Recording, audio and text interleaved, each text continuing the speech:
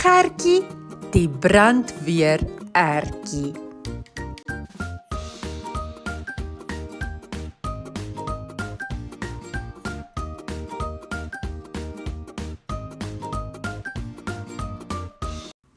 Daar was eendag 'n klein ertjie met die naam Gertjie.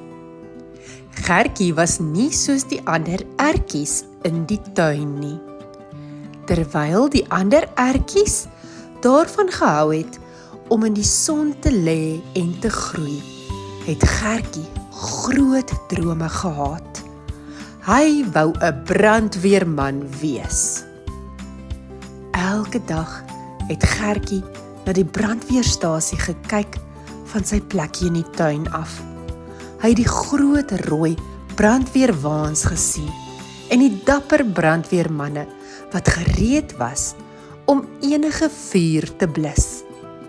Gertjie het geweet dat hy ook so dapper kon wees.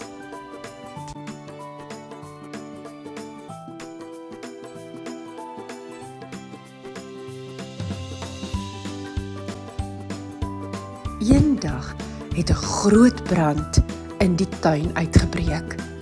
Die blomme en plante was in gevaar. Die brandweermanne was vinnig op die toneel, maar hulle het hulp nodig gehad. Gertjie het geweet, dit was sy kans om te wys wat hy kon doen.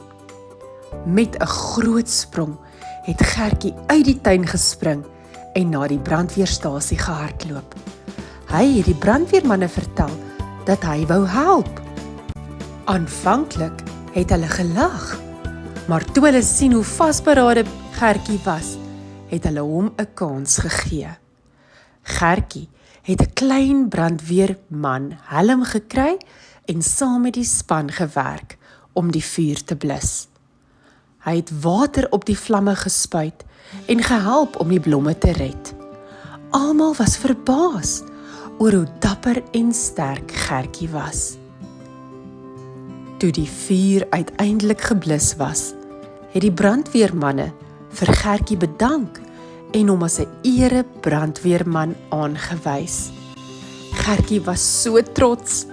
Hy het geweet dat, al was hy klein, hy groot dinge kon doen. Van daardie dag af het Gertjie elke dag by die brandweerstasie gaan help. Hy het geweet dat hy sy droom kon waarmaak en dat hy altyd gereed sou wees om te help. Maak nie saak hoe groot of klein die probleem was nie.